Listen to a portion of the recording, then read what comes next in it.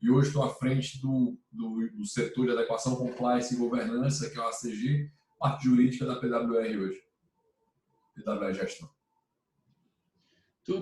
Conseguiu dar uma olhada nas perguntas que eu te mandei, Rodrigo? Sim, mas aí perguntando, nós vamos tocando e falando. Bem tranquilo. Dei sim, mas estou à disposição. Se vocês quiserem perguntar, a gente vai tocando. Tá, aqui foi um clube do livro que a gente resolveu fazer, e aí a gente leu o primeiro livro, que eu acho que é o livro de introdução para todo mundo que começa a se interessar por liberalismo, libertarianismo, sei,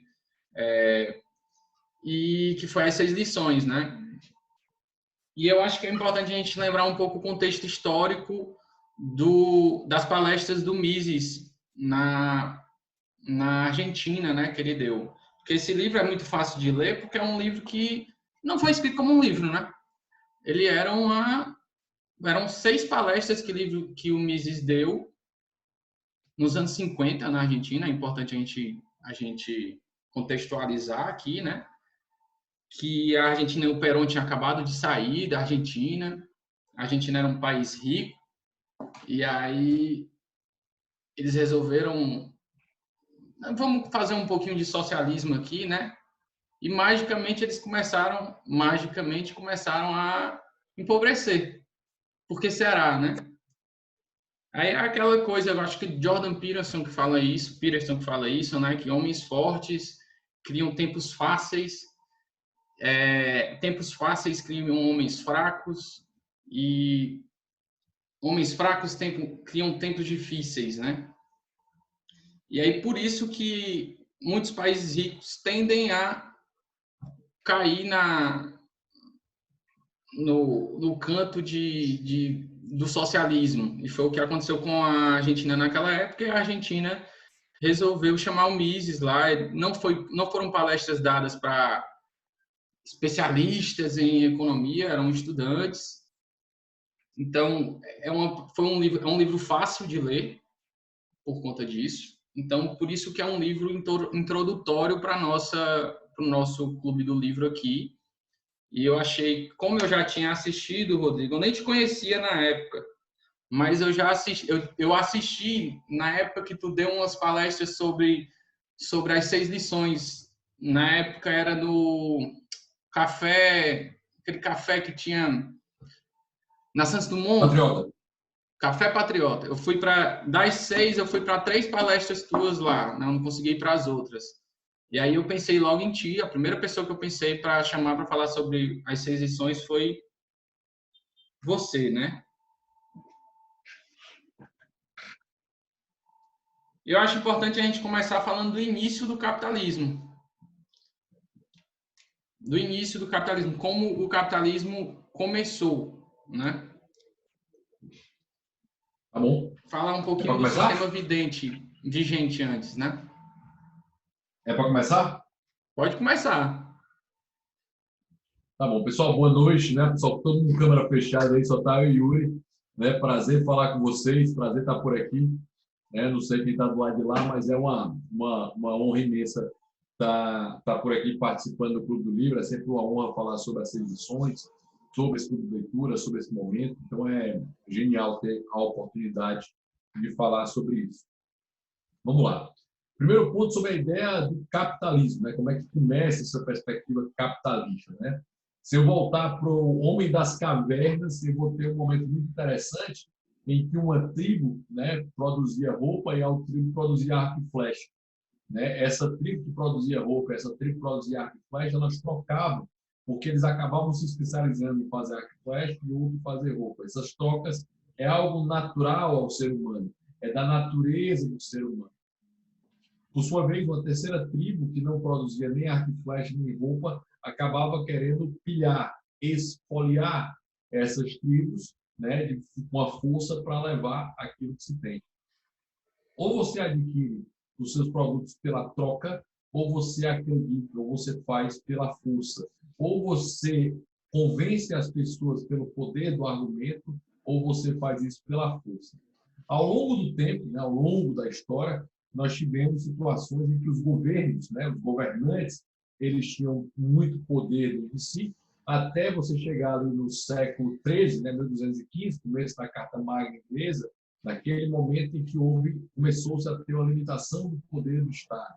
Era essa a grande graça desse momento, era essa a grande sacada desse momento histórico, até chegar no final do século XVIII, né, 17, 18, em que você vai ter a Revolução Gloriosa, as revoluções burguesas, liberais, que a Revolução Gloriosa começa, as revoluções liberais, que dão ensejo ao que se é chamado de Rule of Law, que começa lá em 1215 na Inglaterra, mas que é consolidado em 1649, né, com a Revolução Gloriosa na Inglaterra e na Revolução Americana, e aí a Revolução Francesa já é uma coisa meio estranha, né, porque destrói a ideia de base de Rule of Law, do Império da Lei. E nesse momento você tem o Império da Lei, tem o Estado de Direito, você começa a ter uma segurança jurídica muito maior. Né? Ninguém pode tomar seus bens sem o devido processo legal, ninguém pode tomar sua propriedade sem ter um juiz imparcial que vai julgar aquela demanda. Ninguém poderá fazer isso por conta do devido processo legal. A partir dessa situação, é possível, né? É considerado a possibilidade da gente conseguir iniciar o processo de livre mercado, ou seja, nós saímos de uma questão econômica, né, que eu estou falando da questão jurídica, nós saímos de uma questão econômica de mercantilismo, em que você tinha pessoas que eram escolhidas pelo rei, pessoas que eram escolhidas pelo príncipe, pessoas que eram definidas que poderiam produzir, teriam que era chamado na época com esse nome de privilégio real para poder executar algo. A partir desse momento, nós vamos começar a permitir que as pessoas, de forma descentralizada, sem alguém dizendo que deva ser feita alguma coisa, iniciar a possibilidade de tornar uma riqueza muito maior, de poder ser esse gerador de riqueza muito maior. E a partir desse momento, nós vamos começar a gerar renda e riqueza de forma descentralizada, porque eu não tenho mais, como diz bem, né, o Mises, no primeiro capítulo das 6 lições, você não vai ter mais você vai ter o rei, né, o rei do chocolate, o rei de determinado produto, mas esse rei não é aquele que foi definido por alguém. Esse rei é o que serve pessoas, é o que vai fazer o melhor serviço para as pessoas. De forma geral, sempre houve sapato no mundo. De forma geral, sempre houve roupa no mundo. Certo? O que é que muda nesse momento? Ao invés de servir poucos, o capitalismo veio para servir milhões, bilhões de pessoas. Né? Ele veio para servir a massa. E a partir do livre mercado, surge uma classe que não existia antes, chamada classe média. E a partir desse momento inicial, a partir de 1800, em que a riqueza do mundo faz uma ascendência, né, assim, né, um gráfico foguete, né, o chamado gráfico bota, em que você vai ver a subida da riqueza como nunca antes na história. É interessante que esse gráfico bem estável da riqueza mundial, dos anos 0 até 1800, quando a riqueza mundial faz assim, né, uma curva de riqueza absoluta, de forma descentralizada, sem ter um controlador central, sem ter alguém de cima para baixo para definir o que deve ser feito. É assim que dá início o livre mercado. Aí alguns dizem, mas o livre mercado, o capitalismo gerou pobreza. Não, o capitalismo herdou a pobreza. Né? O mundo é naturalmente pobre, é da natureza do planeta Terra ser pobre. É esse momento que o mundo passa a ser um gerador de riqueza e vai se tornar cada vez mais rico, cada vez mais próspero. 90% da população naquela época estava na pobreza, né? Não tinha ascensão social. Você nascia pobre, você ficava pobre até morrer. Você nascia rico, nobre, duque, rei, você morria nobre, duque, né? E não tinha ascensão social naquela época. Eu acho que quem ataca o capitalismo, a pessoa que tem ódio do capitalismo, eles não têm muita noção do que é o capitalismo. Eles acham que o capitalismo é o Ike Batista, é o Marcelo Odebrecht. Eles não têm a noção de que o capitalismo o capitalista é a tiazinha da esquina que vende churrasco, ou o sapateiro que conserta o churrasco das pessoas, né? Eles não têm a noção de que para uma empresa de grande porte ela depende muito mais da preferência dos que compram os seus produtos, porque elas servem os clientes. Aí vem, Rodrigo, a primeira pergunta que eu selecionei aqui, que foi da Roberta. A Roberta perguntou assim: ontem eu repostei uma publicação do Hélio Beltrão, onde a Jandira Fegali falava da vitória do SUS na MP das vacinas, onde o trecho que autorizava as empresas privadas a comprar vacina foi retirado. Por que as pessoas insistem em demonizar a iniciativa privada e endeusar o Estado? E meu amigo Bruno Gachá, pare de acreditar no governo, porque as pessoas odeiam os políticos e amam o Estado. É um ponto de achar que o Estado vai servir todo mundo, né? De aquele ente lá do Estado, né? As pessoas querem viver às custas do Estado, mas esquecem que o Estado vive às custas de todos. Esse é o ponto central. O Bachar fala muito bem sobre isso. E a questão da aura, né? É aquela ideia de quando as pessoas acharem que políticos são anjos. Políticos não são anjos, são preocupados com o seu próprio interesse, né? Plenamente preocupados com o seu próprio interesse. Eles querem o que é melhor para eles, não o que é melhor para você ou para a população. Certo? Essa é a realidade. Rodrigo, mesmo que você fosse político, né? No caso que você teria isso? Não, o meu interesse era o meu, né? O liberalismo, o governo, mas esse era o meu interesse. Pode ser que ele coincida com o seu, mas o meu interesse era esse, né? Ter menos Estado, ter mais possibilidade de tornar isso mais fácil para a sociedade. Mas não há um momento em que haja a pergunta da Jandira Fegali dizer que o SUS venceu. Quem perdeu foi a população. Não vamos ter vacina, não vamos ter possibilidade. Mas venceu dentro da lógica dela, né? Na visão irrestrita, né? Como diria o Thomas Sowell dela. Dentro da visão dela, o SUS venceu, porque agora ficará tudo no que ela acha que deve ser a solução. Ou seja, no interesse dela, foi vencedor. Professor Rodrigo, está me ouvindo? Perfeitamente. Pronto. Daqui a pouco eu libero a câmera, porque depois de um final de dia de home office com criança em casa fica complicado, viu? Por isso que a câmera está fechada. Então, deixa eu te perguntar, aproveitando que o Yuri começou pela minha pergunta, eu acho que eu não devo ter formulado direito. Eu duvido, inclusive eu fiz uma postagem até escrachando com a... Um pouquinho mais alto, Roberta. Melhorou? Melhorou. Pronto.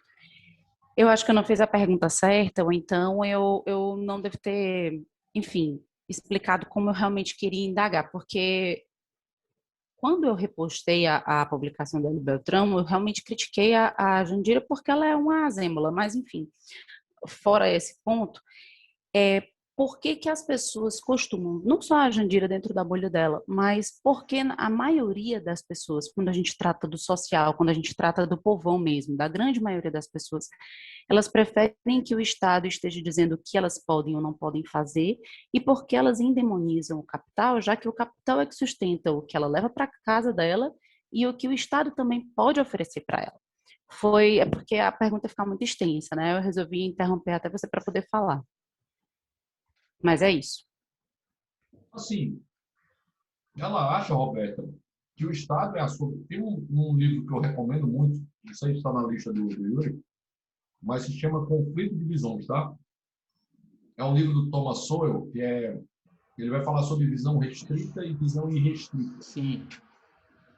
Na visão restrita, ele vai ter uma visão parecida com a minha, que acredita em instituições, instituições aqui não é o prédio do Supremo não, tá? Não é o prédio do Congresso não. Instituições devido processo legal, instituição, defesa da vida, instituição, defesa da propriedade, instituição, tá? Acredita nessas instituições, né? O prédio ele só representa teoricamente essa visão.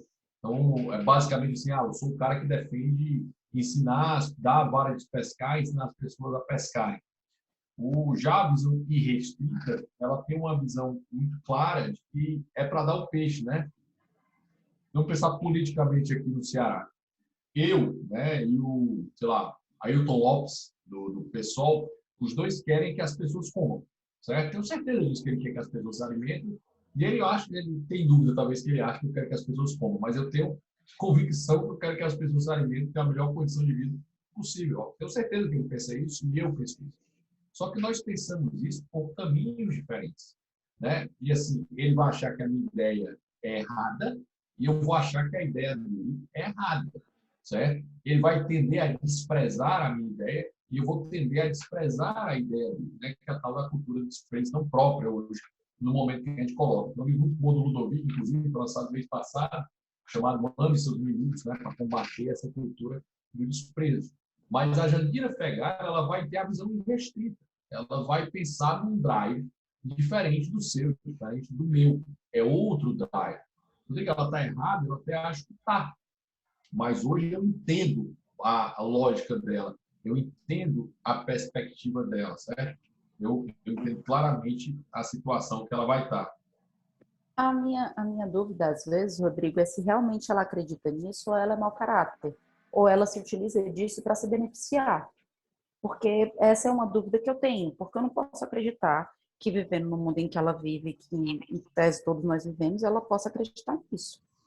Eu fico realmente, assim, bem revoltada, bem pistola com isso, porque eu não consigo compreender como é que... Talvez porque ela realmente vive numa bolha, mas quem trabalha na iniciativa privada entende isso perfeitamente. Eu acredito que o Yuri e algumas outras pessoas aqui que trabalham na iniciativa privada, você, obviamente, vão entender isso. Mas eu fico na dúvida se realmente ela acredita nisso ou se ela é um mau caráter mesmo, se ela faz isso para tentar permanecer no poder, para convencer aquele pessoalzinho que estava do lado dela, que vota nela. Essa é a minha dúvida. Desculpa eu desabafo, porque eu sou muito estressada. Não, eu acho que ela acredita mesmo nisso, né? Ela acredita mesmo nisso e assim, hoje, pior do que eu tenho uma frase do querido amigo que é um padre lá atrás, irmão Emanuel, que dizia para mim a seguinte frase: pior do que você achar que o seu caminho é melhor é achar que ele é o único. Entendeu? Essa frase é muito séria, né? Então, assim, e uma delas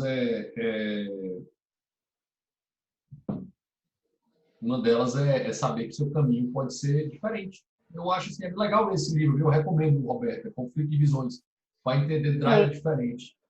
Já anotei aqui. Eu realmente estou precisando entender isso daí, porque eu fico, às vezes, meio sem conseguir compreender a visão dos esquerdistas, socialistas, enfim, é meio complicado para mim.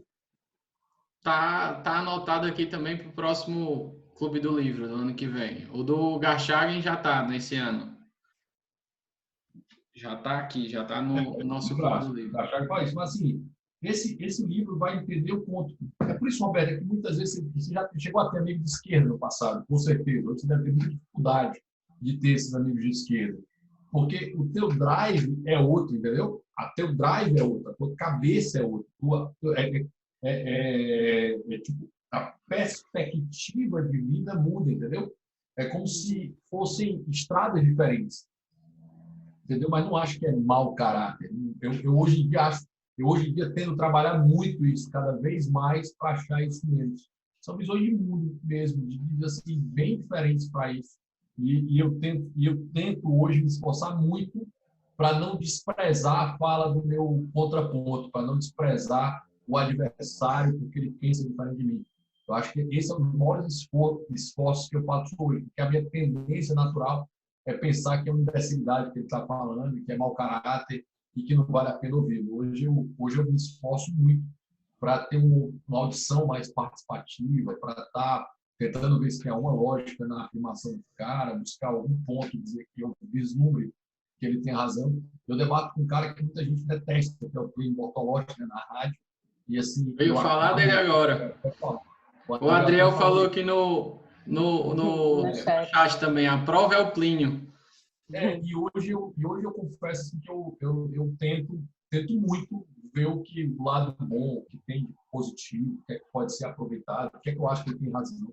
Tento muito, muito, muito mesmo. Uma decisão. Depois que eu li esse livro do Amo Seus Inimigos, da cultura do desprezo, me chamou muita atenção essa tentativa de tentar buscar o que nos une, o que nos soma. Estou dizendo para não ter um contraponto ou não discordar. É discordar sim, né? Mas discordar não achando que alguém é mau caráter porque pensa de você. É isso que eu tenho tentado mudar.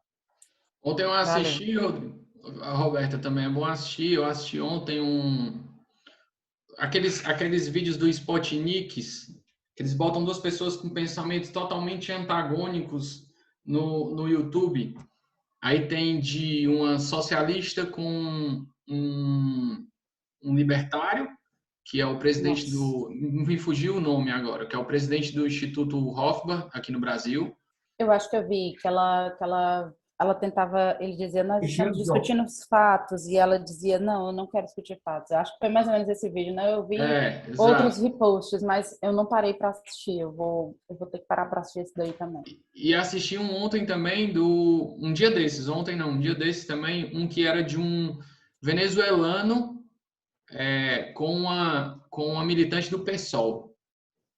Então, eu acho muito bom assistir esses vídeos, porque me faz exercitar uma coisa que para mim é muito difícil, que é fazer isso que o Rodrigo acabou de falar, escutar. Para mim também é muito difícil, Mas eu vou ler esse livro para poder ver se eu consigo evoluir nesse aspecto, porque para mim, eu confesso que é um ponto que eu tenho que melhorar muito ainda. Roberta, esse ponto que foi falado aí do Cristiano Quioca com a moça que discutiu é legal, né? Porque, assim, para eles interessa poucos fatos, e isso é um fato, e não é porque eles são maus, não. É porque, assim, não interessa, não chegou a comida, velho. O Eric Hobsbawm é um exemplo clássico disso. Ele fala assim, se o socialismo tivesse dado certo, caberia tanto de mortes, né? Deveria ter matado tanta gente? Sim, porque o ideal é o que mais importa, o caminho não importa, entendeu? Na visão restrita, o caminho importa muito. Tipo assim, se é para salvar a humanidade, vamos fazer sacrifícios, vamos entrar em revolução, vamos fazer isso, não importa o caminho. Para a visão restrita, importa muito. Então, quando eu li esse livro do Conflito de Visões, me abriu muito a mente de drive, tá? De lógica de drive, né? De mindset, né? Para usar o termo de coach, né? Me abriu muito, e é útil nesse caso, para entender isso. E a parte da cultura do desprezo abriu mais ainda para dizer, caramba, só que ele tem um drive diferente do teu. Respeita isso. Entende o tempo. Eu tinha um grande amigo, quando eu estava aprendendo a tomar vinho, e ele era um cara muito elegante mesmo, e eu tomava aquele Count Wine, achando um vinho maravilhoso, né? Dizendo, uau! Comecei a tomar vinho, então o Count Wine é uma porcaria, né? Horroroso. E aí ele disse, eu gosto... Aí ele foi me apresentar um vinho, eu disse, eu falei, cara, não gosto, eu gosto desse vinho. Aí ele respondeu assim, cada qual tem o seu tempo, vai de boa, né? Vai de boa. É que nem comer sushi, né? Você começa no hot, né? Ninguém gosta. Nossa próxima dúvida do Davi, ele não está participando aqui porque não conseguiu, tá preso no trabalho, numa mudança lá dele. A gente tem como dar uma introduzida nessa pergunta, porque é a questão do êxodo das pessoas do campo para a cidade, né, para a indústria. Que isso não aconteceu porque o que os socialistas gostam de falar dá a impressão de que o feudalismo, antes do advento do capitalismo, as pessoas viviam maravilhosamente bem. E aí chegou a indústria, a Revolução Industrial, chegou a indústria, pegou o cara lá, forçadamente, botou para trabalhar 18 horas por dia dentro de uma fábrica, trabalho escravo, crianças, mulheres. Essa é a impressão que os socialistas passam do início do capitalismo, né? E não foi realmente isso que aconteceu. As pessoas saíram em busca de salários melhores, salários mais altos. E Mises deixa isso claro no livro. E uma das consequências desse êxodo é que quando o pessoal saiu de lá, saiu do campo, a aristocracia sentiu falta da produção no campo, né? O pessoal migrou para as fábricas e aí a produção do campo ela diminuiu. E aí a pergunta do Davi, ela é a seguinte: como o capitalismo se expandiu pelo mundo? Eu acho que essa pergunta do Davi, ela tem muito a ver com isso, né? Eu não sei como é que o Rodrigo vai responder, mas eu acho que tem muito a ver com o fato de faltar matéria-prima do campo e eles terem que importar de outros países. O que tu acha, Rodrigo? Cara, primeiro ponto, eu tenho trabalhado muito com o campo, né? Muito mesmo. Assim, o campo hoje é absolutamente tecnológico, tá? Então, você não tem ideia da tecnologia que é o campo hoje. Né? É capitalismo na veia. Né? Eu vou dar um exemplo para vocês entenderem a tecnologia do campo hoje. Hoje em dia, você vê o defensivo agrícola, né? O pessoal diz, vai espalhar e tal. Hoje o defensivo agrícola hoje é ligado uma máquina aqui no campo que se comunica com um satélite que está no espaço, que olha do satélite a folha que está começando a ter alguma praga e vai o robozinho lá sozinho, sem ninguém mandar, certo? Automaticamente ele vai lá e coloca o veneno certo naquele defensivo agrícola certo para conseguir corrigir a praga. Você tem noção tudo isso aí é interligado na internet com a rede de altíssima tecnologia para conseguir fazer isso acontecer. Isso é o campo hoje, vocês entenderem. O Brasil não aumentou o seu nível de produtividade no campo com inchada, não, tá? Aumentou com muita tecnologia. E cada vez mais. E vai crescer cada vez mais. A migração do campo para qualquer lugar, né, a migração de um lugar para outro é tender de um lugar com mais oportunidades para outro que tem menos oportunidades. Você não vê migração do capitalismo para o socialismo, porque lá tem menos oportunidades. Né? Essa é a realidade. É uma tendência de crescimento onde você tem mais possibilidades. Aqui eu vou recomendar outro livro. Outros livros. Né? Tem 3 grandes livros sobre isso. Um é do Ian Gell, que eu não vou lembrar o nome agora do livro. O outro é da Jane Jacobs, que vai falar a morte e vida de grandes cidades. Ela vai demonstrar o amor pelas cidades espetaculares. E outro, que eu não estou lembrando o nome do autor, é O Triunfo das Cidades. As cidades são um lugar de geração de riqueza, né? Absoluta geração de riqueza. Né? Nesses lugares há muito mais oportunidade do que em lugares que não são essas grandes cidades, os grandes centros. É natural que o Brasil migre para São Paulo. Não é o Nordeste que migra para São Paulo, não, tá, pessoal? O Brasil migra para São Paulo. Tem 32% do PIB lá na capital. Tem 500 quilômetros quadrados ali, ó, Minas Gerais, São Paulo, Rio de Janeiro, vai ter 50% do PIB brasileiro. Não é à toa que as pessoas migram para esse lugar, não. Há muito mais riqueza por lá. Mesma lógica que, Rodrigo, isso é só no Brasil? Não. Mesma lógica de Londres, mesma lógica de Nova York, mesma lógica de Buenos Aires, né? Mesma lógica de grandes centros. Os grandes centros têm mais oportunidade, certo? Essa é a realidade que a gente tem hoje, né? Os 2 primeiros livros são o do Ian Gell, não vou lembrar o nome do livro, se alguém puder pegar aí, é G-E-H-L, o sobrenome dele, Ian Gell. O outro livro é da Jane Jacobs, né? Jane Jacobs, né? Jane Jacobs, que é a autora Morte e Vida de Grandes Cidades, salvo me engano, está nessa biblioteca, estava na sala, tá? E falar sobre ele. O outro é O Triunfo das Cidades. Eu estou com o nome do autor na ponta da língua, não estou lembrando. Esse livro trata bem sobre a situação de cidade. Mas a migração se dá com a lógica do Mises, pessoal, né? Nós todos vamos sair do estado de menor bem-estar, se queremos sair do estado de menor bem-estar para o estado de maior bem-estar, certo? Isso é amplamente subjetivo, mas a regra é que as pessoas vão sair com a geração de maior riqueza, de maior possibilidade.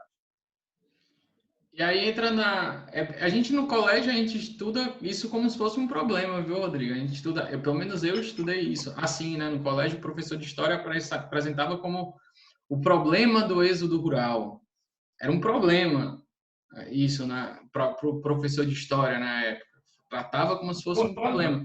E é uma coisa que muitas pessoas não falam, mas isso trazia, se eu não me engano, na Riqueza das Nações, do Adam Smith, que ele fala que isso trazia riqueza para o campo também, porque passava as indústrias a querer a matéria-prima do campo. As indústrias compravam matéria-prima produzida no campo porque elas precisavam dentro da indústria. Né? Aí entra na teoria o Mises continua no livro e ele entra na teoria de trabalho do Marx, e aí começa a entrar no socialismo, no qual ele fala que ele fala dos filhos, né? Que o homem, ele praticamente trata o homem como se fosse um animal. Ele trata o homem como se fosse um animal que só pensa em comer, se reproduzir e trabalhar, comer, se reproduzir e trabalhar. Ele não pensa exatamente nisso que tu acabou de falar, que é o bem-estar, bem-estar social. O ser humano, ele, quando ele acumula o capital, ele não vai gastar só com comida, ele não vai gastar só com a moradia dele, ele vai gastar o dinheiro dele com o seu bem-estar também. O ser humano, ele vai comprar um iPhone, um notebook, ele vai em busca de melhorar a sua qualidade de vida também, né? É isso. Mas, assim, só para deixar claro a questão das cidades, do campo à cidade, nós temos um problema sério no Brasil de cidades que não deveriam existir. Oi, Rodrigo, cidades que não deveriam existir, porque, assim, quando você vai montar no sistema federalista americano uma cidade, 100 cidadãos se juntam e montam uma cidade. E aquela propriedade, vão lá e montam uma cidade, 100 cidadãos, eles criam.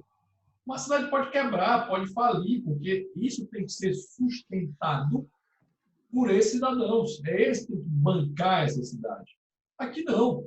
Nós temos uma garantia das cidades serem bancadas. O maior empregador de grande parte das cidades cearenses, né, para falar aqui do nosso estado, é a prefeitura. A prefeitura chega a ter 4 mil empregos. Baturité, nessa cidade, tem 70 mil habitantes. Baturité tem 4 mil funcionários dentro da prefeitura de Baturité. São 10% dos eleitores de Baturité. Isso é uma maluquice. Nem uma empresa gigante de Baturité, se vocês somar, assim, talvez as 10 maiores empresas de Baturité, não vai dar 1.000 funcionários para entender a loucura que é isso. É uma disfunção. Né? Na verdade, metade da cidade do Brasil acho que poderiam ser extintas com muita facilidade. Porque qual é o problema do Brasil? Você vai ter o prefeito, o vice-prefeito, o secretário, a estrutura para manter tudo isso, os vereadores, que é mais uma estrutura, os assessores de toda essa galera. Isso gera um custo absurdo para a cidade e absurdo para a situação que a gente tem hoje. Vamos lá. E Mises começa, a gente vai ter que acelerar um pouquinho, senão acaba o nosso tempo. O Mises começa o capítulo de socialismo. O Adriel está falando aqui que o livro é John Gell, A Cidade para Pessoas. É esse, Rodrigo? Jan Gehl. Fala Jan Gehl. Jan Gehl. Cidade para Pessoas, né? Certo. Ele começa a falar, começa o capítulo de socialismo falando que liberdades são indissociáveis, né? A gente não tem como diferenciar ter liberdade econômica e não ter outras liberdades, ou ter outras liberdades sem a liberdade econômica, como muitos amigos nossos hoje em dia progressistas pensam, né? Eles falam muito em liberdade, muito em liberdade, muito em liberdade, mas eles não acreditam na liberdade econômica. Eles acham que uma coisa não está ligada, dá para ter uma coisa sem a outra. Eles acreditam que mesmo que o Estado vá lá e aloque a sua profissão, você vai ter liberdades. E Mises começa esse capítulo falando sobre isso. Deixa eu ver aqui. Pergunta? Eu vou olhar aqui a próxima pergunta. É da Roberta também. Boa. Ela tá aí, eu vou tentar ler direito a pergunta. Não, pode ler. Eu que devo ter escrito errado. Por que a classe artística, em sua maioria, é defensora das ideias socialistas? Mises fala que esse entusiasmo é uma ilusão, mas essa ilusão perdura há muito tempo. Como explicar? Ilusão o quê? Não peguei a ilusão. A ilusão é defender as ideias socialistas, né? A classe artística defender as ideias socialistas. Isso Mises falava em 1950, até hoje dura. É isso que ela... Não é isso? Acertei, Roberto? É isso mesmo, porque Mises fala que é uma ilusão, né? Que é uma ilusão a classe artística defender tanto a questão do socialismo, do estadismo, da decisão do que é arte e do que não é arte está dentro do Estado, ou ser decidida por uma ou duas pessoas, enfim, é como ele coloca lá. E ele fala que isso é ilusório, isso em tese, seria passageiro. Só que o que a gente vê é que não é passageiro, está cada vez maior, está cada vez pior, né? Essa defesa aí do socialismo pela classe artística. E acaba tendo uma extensão muito grande, porque tem um acesso muito grande a muita gente, né? Enfim, filmes, roteiros, YouTube, televisão, novela, tudo isso. Aí, como a gente consegue dizer que Mises estava certo, que isso é ilusório, que isso é temporário, que isso vai passar? Um livraço, Roberta, um livraço do Mises, chamado A Mentalidade Anticapitalista. Está na nossa lista aqui também. Tá? Pô, se está aqui, que bom, livraço. Ele vai falar que os artistas se ligam ao governo para ganhar mais dinheiro. É muito simples. Né? As pessoas são movidas a incentivos. Se o governo define a cultura, ele também define pagar por essa cultura. Se ele vai definir pagar por essa cultura, é óbvio que eu não vou me juntar ao governo para eu ganhar mais dinheiro. Eu tenho um boleto para pagar, eu tenho um boleto para pagar a minha conta, né? Eu tenho um boleto para pagar o que eu vou pagar, que eu vou estar na próxima semana, no próximo mês. Então, se eu tenho esse boleto, eu vou me juntar ao Estado e ganhar mais dinheirinho com isso. Né? Essa é a realidade. É por isso que artistas se juntam ao governo. Não se juntam ao governo porque eles amam o governo, acham fantástico o governo, não. Se juntam ao governo porque vai ter a lei Rouanet, se juntam ao governo porque vai ter uma legislação favorável, se juntam ao governo porque vão ter beneficiados com uma live que vai ser paga por eles. Se juntam ao governo por isso. Né? A primeira vez que o governo vira as costas para essa turma é agora. Nunca viraram, né? Porque politicamente é muito perigoso virar costa para a classe artística, porque a classe artística influencia muita gente. Né? Ela influencia muita gente. E essa influência que ela tem, né, você acaba tendo relevância em temas que os artistas nada sabem. O que é que artista sabe de política? Nada. Sobre capitalismo, ele sabe cantar, sabe ser ator, sabe atuar. O Kevin Spacey, né, aquele que fez o House of Cards, ele dizia que a opinião de político, de artista sobre política, não vale nada. Porque não vale mesmo. Não é porque nada, não, porque não é a dele. É que na opinião do presidente, que nunca foi ator, na opinião sobre atuar. Tá? Mas esse livro fala muito bem sobre isso. E é uma cultura que, assim, Rodrigo, no mercantilismo, no princípio do renascentismo era válida. Era, porque aí você tinha um problema de financiamento, mesmo, de cultura, uma classe média muito incipiente, que era no momento dos médicos, né? Principalmente. Aí eu vou indicar um seriado que não tem aqui no Netflix, é do Netflix, é italiano, mas não tem no Netflix brasileiro, que é Medici, né, o nome do seriado. O seriado é espetacular. Espetacular, já assisti. É né? Conta a cultura começa com Cosimo de Medici, né? Começa com o pai do Cosimo, que foi um grande pensador, um dos maiores homens do mundo moderno, né? da virada do fim da Idade Média. E aí você tem o Lorenzo de Medici, que é gigante, né? Inclusive, Maquiavel escreve O Príncipe em homenagem ao Lourenço de Médici, né? Então, você tem toda uma construção e uma conjuntura sobre isso, que havia um mercantilismo, uma ligação ali do patrono com a arte. Isso aconteceu historicamente a vida inteira. O primeiro momento que isso foi desnecessário é com o livre mercado. Só que, né, as pessoas querem ter lá a segurança de ter o Estado apoiando, né, ao lado. Então, você vai ter bobos da corte seguindo como bobos da corte para conseguir pagar o seu boleto. Não, eu entendi essa parte aí, mas é como o Adriel até colocou um trecho que ele coloca, que Mises diz, né, se Van Gogh dependesse, ele até disse que Van Gogh não seria conhecido se dependesse do governo, porque à época os amigos do rei ou os poderosos olhavam para as pinturas de Van Gogh e não davam o menor valor. E ele afirma até que Van Gogh morreu vivendo... Passou a vida inteira vivendo de favor de um irmão dele que acreditou realmente nas pinturas, e hoje Van Gogh é o que é. Eu acho que é mais essa questão de você se vender. Ok, tudo vai para a questão onde está pagando mais, é pagando bem que mal tem, ok. Essa parte, ok. Mas existem artistas que não dependem do dinheiro do governo que conseguem ter a sua arte explicitada. Né? Eu queria, mais ou menos nesse aspecto que eu queria falar também. Mas a primeira vez que isso foi possível foi agora. Foi com o capitalismo. Porque aí você começou a apertar o seu serviço, né? A sua arte para o público. Esse Isso, com negócio certeza, para o do grande produto. público, né? Foi possível que É o grande isso. público pudesse ter acesso a isso, concordo. É um produto. Então, mas na hora que o Estado define o que é cultura, ele define o que não é cultura. Então, o que não é cultura não pode ser pago, custeado. Então, a grande graça do mercado é eu vou apresentar minha cultura para o povo. Se ela for recebida, bem. Se ela não for recebida, é como qualquer serviço. Eu sou advogado, vou ofertar, eu sou dentista, vou ofertar meu serviço para o público. Né? Pode ser que o público aceite, pode ser que não.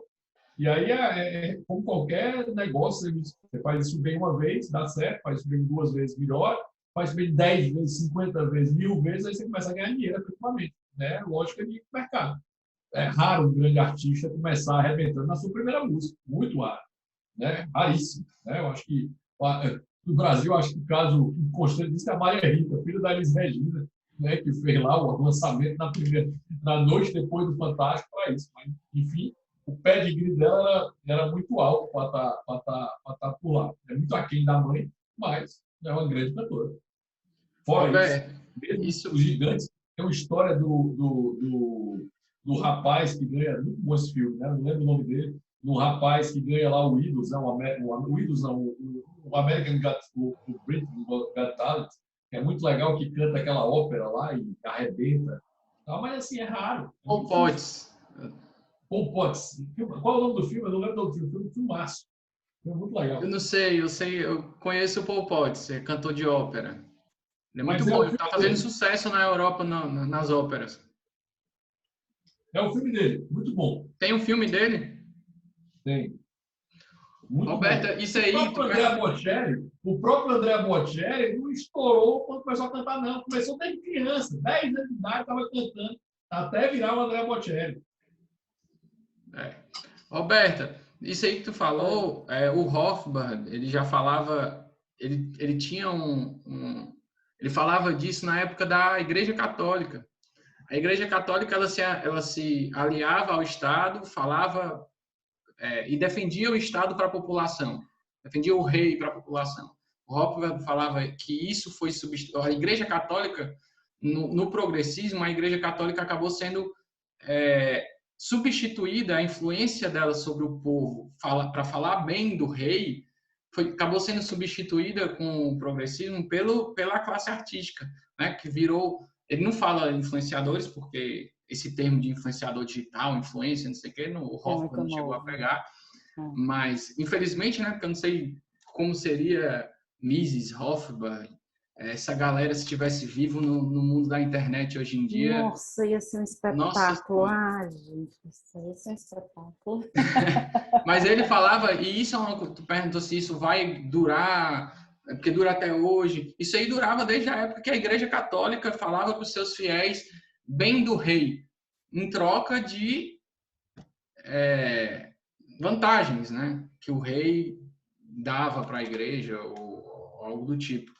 E isso foi passando, só que foi substituída. A Igreja Católica foi deixada de lado e foi substituída pelos influenciadores. Né, Os papéis permanecem, só mudam realmente os operadores, né? Hã? Os papéis permanecem, só mudam os operadores. Só mudou, Olha a mudança de janela de Overton, né? A voz do povo é a voz de Deus. Começa, né? Não, antes. O rei é o escolhido por Deus e ungido pela Igreja Católica. Depois disso, passa a ser a voz do povo é a voz de Deus, no sentido de que a democracia passa a ser uma voz divina. Olha aí a mudança sacada para isso, né? Para dizer qual é a mudança sempre divina de escolher o que se coloca. Isso sempre foi usado para isso, né? Um exemplo clássico é o que aconteceu na União Soviética, que no primeiro momento combateu muito fortemente a Igreja Católica, ortodoxa, depois viu que não dava para combater a religião como gostariam e cooptou a igreja, né? Passou a ter a igreja ligada ao Estado. Rodrigo, eu não sei se a gente tem muito tempo ainda, por causa do tempo da reunião aqui. Eu não sei como é que é no Zoom, mas eu não sei. Eu confesso que eu estou aqui, cheguei do trabalho e entrei na reunião. Se quiser fazer uma última pergunta, estou aqui só o bombom. Tá certo. Desculpa aí os meus atrasos, pessoal, ter dado certo. Não foi culpa do Yuri, não, tá? A culpa foi minha. Essa mudança de vida, de trabalho, correria danada, rampando o setor, então tá bem puxado. A Simone entrou agora, também chegou atrasada. Tava numa reunião também, ela. Olha aí, querida. Tava na reunião, chegou agora. Vamos ver se dá tempo da gente fazer mais alguma coisa, né? Uma pergunta. Vamos lá Deixa para eu finalizar. selecionar aqui, então. Porque tem várias perguntas, mas não vai dar tempo de fazer todas. Então a gente vai ter que pular aqui.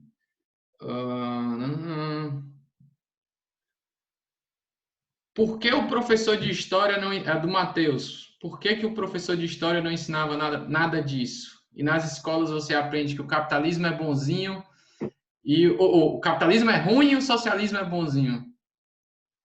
Porque pessoal, a mudança cultural, ela não envolve só mudar isso aqui, não. Isso aqui é um passo, né? Isso aqui é a janela de Overton, né? Que eu já falei, para quem não conhece, sabe que eu falo muito disso, né? Do impossível, radical, aceitável, sensato, popular e necessário. Ela é um processo, né? E esse processo envolve mudar a academia, mudar a visão. Lembra que eu falei no começo sobre a visão irrestrita? Na visão irrestrita, para essa galera, se todo mundo não está igual, certo? Seja na pobreza, né? Acaba sendo sempre na pobreza, né? Isso não é o ideal. Por isso que quando alguém vem com um papo para ver desigualdade, você toma uma pancada de volta forte. E o problema nunca é a pobreza, nunca é a desigualdade, nunca será a desigualdade. Até porque nós somos desiguais, graças a Deus, né? Porque o mundo seria muito chato se nós todos fôssemos iguais, tá? Nós somos desiguais em essência. Nós nascemos assim, tem algo absolutamente desigual com o lugar que você nasce, né? É algo que nunca vai ser conseguido corrigir. O local que você nasce, a família que você nasce, o país que você nasce, né? Quem que define isso, né? Até hoje não consigo definir qual é a alma que vai estar aí nesse corpo para ser definido isso. Onde você nasce é absolutamente desigual. Tem correção para isso? Não, não tem correção para isso. Não tem correção para temperamento. Nós temos, além de sermos pessoas diferentes, temos temperamentos diferentes. Né? Um é dominante, outro é influente, né? Outro é estável, outro é conforme, um é sanguíneo, né? Outro é colérico, o outro vai ser fleumático, o outro vai ser de outra forma. Então, cada um vai ter a sua forma de agir.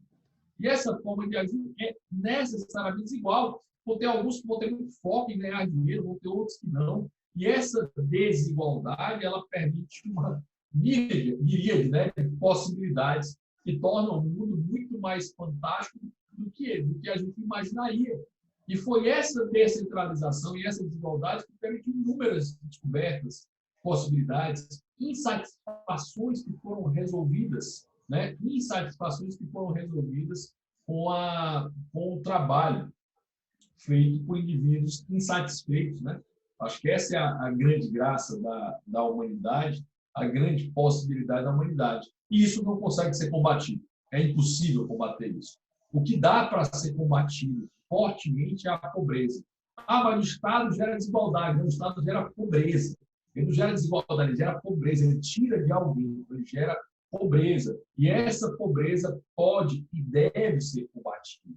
Né? A humanidade aprendeu como combater essa pobreza. E, para fazer isso, a única forma de combater essa pobreza, como diria o gigante Milton Friedman, é por meio do livre mercado. E a pergunta do Matheus, por que os professores de história estão aí? Porque eles têm uma visão de mundo diferente da sua. E nós precisamos ter literaturas diferentes da que foi colocada. Isso envolve tempo. Né? Quer ler uma visão muito diferente do professor de história? Leia um autor chamado Paul Johnson. Você vai amar esse cara. Genial. Tá? Vale a pena ser. É um livro esgotado. Né? Tem uma edição aqui, antiga pra caramba. Tá? Mas é um livraço que vai trazer isso. Tem 2 livros. Tempos Modernos é um livro, o outro é Os Intelectuais. 2 livros espetaculares para entender essa visão. Tá? E para trazer isso. Mas é uma mudança de cultura, né? Uma mudança de perspectiva que acontece. E assim, querendo ou não, dentro da academia, essa turma foi vencedora. Então, nós precisamos combater em todos os lugares possíveis, né? É muito engraçado que quando eu dava palestra, a primeira palestra liberal na faculdade, eu dei as primeiras palestras liberais em várias faculdades, o pessoal disse, mas os liberais foram impedidos de falar. Eles silenciaram, porque, obviamente, sair da zona de conforto é algo difícil. os liberais não estão no Congresso, né? Porque não querem, não, porque pararam de trabalhar. Acharam que tinham ganhado, aí não tinha ninguém trabalhando no Congresso, aquilo que era só para bandido, e se lascaram com isso. Agora estamos voltando, né? Agora estamos trabalhando, de 2 anos para cá estamos trabalhando com isso. Temos bancadas liberais, temos deputados liberais, temos frente parlamentar de livre mercado. É outra visão, mas é depois de muitos anos. Imagina que a esquerda está nessa batida, né, há muitos e muitos anos, e nós deixamos de lado porque achamos que cada um cuidaria da nossa própria vida e ninguém se ligaria nesse negócio chamado política. Eu acho que política é um saco, só para deixar claro, tá, pessoal? O pessoal acha que eu amo, né? O Rodrigo ama. Eu acho um saco, certo? Saco, Minta não, Rodrigo. Não minta não, Rodrigo. Pelo amor de Deus, não minta não. Não desestimula a gente não, pelo amor de Deus.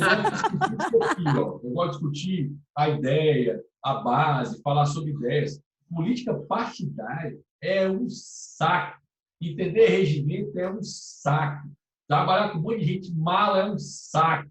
Certo? Detesto, porque eu tenho 1000 vezes ganhar dinheiro. 1 milhão de vezes ganhar dinheiro. Tá? Me chamaram para voltar para Brasília. Eu disse, Deus me livre, entendeu? Só volto para Brasília e vou passar como deputado, para brigar lá, encher o saco. Vem, Rodrigo, a gente está precisando de você aqui. Estou fora.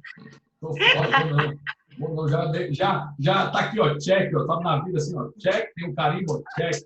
Já montei a liderança, ela tá lá, estruturadíssima, ela dá um baile, ela é líder da liderança do grupo. Eu morro muito de ter montado ela, certo? Mas tá, check, ó, cumprido meu devido papel, né, como assessor, e não volto mais como assessor, não. Já esse aí já check na minha vida, tá? Mas, assim, eu acho chato isso. Eu gosto de Fortaleza, eu gosto de direito, gosto de falar sobre ideias, isso eu acho legal. Mas política mesmo, partidária, Deus me livre. Yuri, aproveitando aí que ele... Vou brigar. Eu não faço só o que eu gosto, não. Eu faço o que eu não gosto. Claro, viu? Trabalho, né? Eu vou aproveitar aqui que ele está empolgado nesse assunto. Vou só fazer uma pergunta. Assim, fora totalmente do livro. Tu acha que o Ceará e Fortaleza tem jeito com essas ideias liberais? Ou isso ainda está muito embrionário? Depende da gente. Depende da gente. Para dar jeito, tem que ir para a rua. Tem que eleger liberais. Tem que começar a eleger o primeiro, depois eleger o segundo, depois eleger o terceiro. Porque, assim, isso aqui vale muito. Mas o alto-falante da política é absurdo. O alto-falante que a política que dá, a amplificação da ideia que dá, é absurdo. Não que é a solução, não, tá? Só para deixar claro. Não, nunca achei que política fosse solução. Mas ela te dá uma projeção e uma amplificação que qualquer outro meio não vai te dar. Ela te dá um acesso à mídia que qualquer outro meio não vai te dar. Ela te dá um acesso à divulgação de ideias que qualquer outro vai te dar. Ela te dá uma empurrada na janela de obra. Ela dá uma empurrada na janela de obra violenta. Mas isso envolve, como qualquer coisa na vida, garra, constância e gratidão. Qualquer coisa para dar certo tem que ter essas 3 coisas: garra, constância e gratidão. Se você não tiver isso, esqueça. Tá? Então, assim, não adianta a gente achar, o liberalismo resolve, será? Resolve, tem jeito. Mas se envolve ir para a rua em 2022. Foram para a rua em 2020? Envolve para a rua. Envolve mesmo. Pegar panfleto, falar, encher o saco, é um saco. O governador. É um saco fazer campanha política. Se tem algo que é chato, política partidária é um saco. Campanha política é 10 vezes pior. Certo? Então, assim, Rodrigo, você gosta de fazer campanha política? Eu odeio fazer campanha política. Tá? É um negócio que é detestável fazer campanha política. Ir para a rua, falar com gente, a pessoa achar que você é bandido pelo fato que você está querendo se expor a isso, expor seu patrimônio, expor a sua vida, tudo isso é um saco. Tá? Mas, repito, a vida a gente não faz só o que a gente gosta, não. A gente faz o que é preciso ser feito. Quando eu perguntei aqui se alguém não te conhecia, algumas pessoas responderam: meu candidato, meu governador, Rodrigo 2022. Oi, vamos brigar. Nessa parte vai ser divertido, porque eu vou fazer uma coisa que eu gosto, que é o debate. Nessa aí eu vou querer fazer. Eu só vou para a campanha política se eu tiver acesso ao debate. Então, tu não vai fazer, tu vai destruir, né? Se for para pegar esse pessoal que está aí, a gente estava até discutindo lá no grupo que a gente tem que fala de política, porque Não tem como não, tu vai destruir, tu vai picotar, vai jantar. Como a gente fala na Aí internet, a eu gente vai vou. jantar mais cedo, vai almoçar mais cedo esse pessoal, porque não tem muito não. Conteúdo Mas zero, não tem. aí é legal, aí essa parte é divertida, essa parte eu vou achando bom.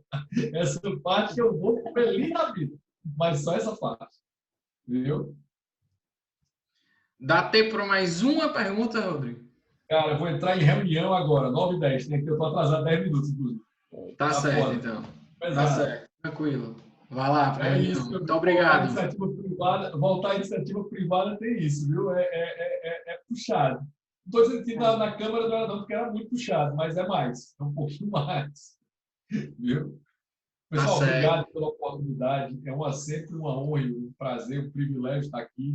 Obrigado, Simone, também. Parabéns aí pelo clube de leitura dos dois. Estou à disposição, né? Vocês precisarem de mim de novo, né? Contem comigo, tá? Obrigado, Rodrigo. Sempre engrandecedor ter você com a gente. Obrigada, Rodrigo. Prazer é nosso. Aos dois, beijão. Até a próxima.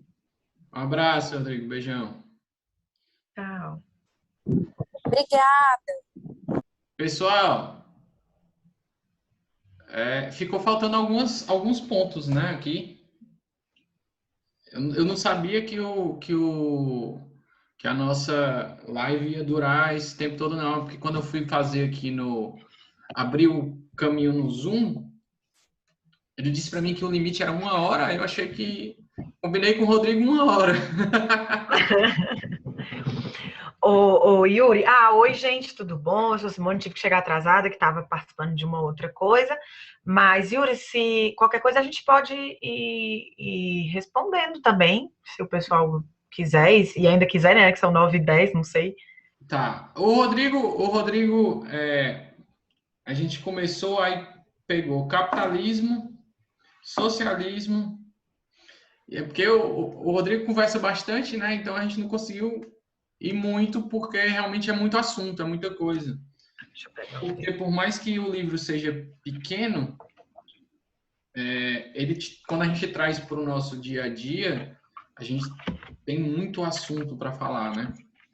Uhum. E aí a gente ia entrar no intervencionismo, na questão do intervencionismo. Acho que o intervencionismo é interessante porque a gente tem dois exemplos.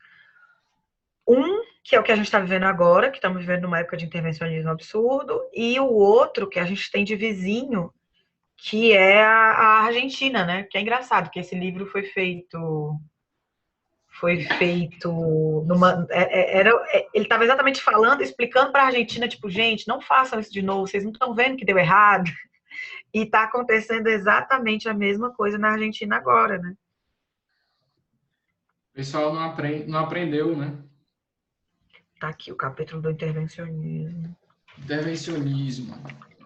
Acho que essa parte de intervencionismo aqui, ela cai muito na que está acontecendo na Petrobras agora, né? Com o Bolsonaro interferindo nos preços da gasolina. Sim, controle de preços da Petrobras.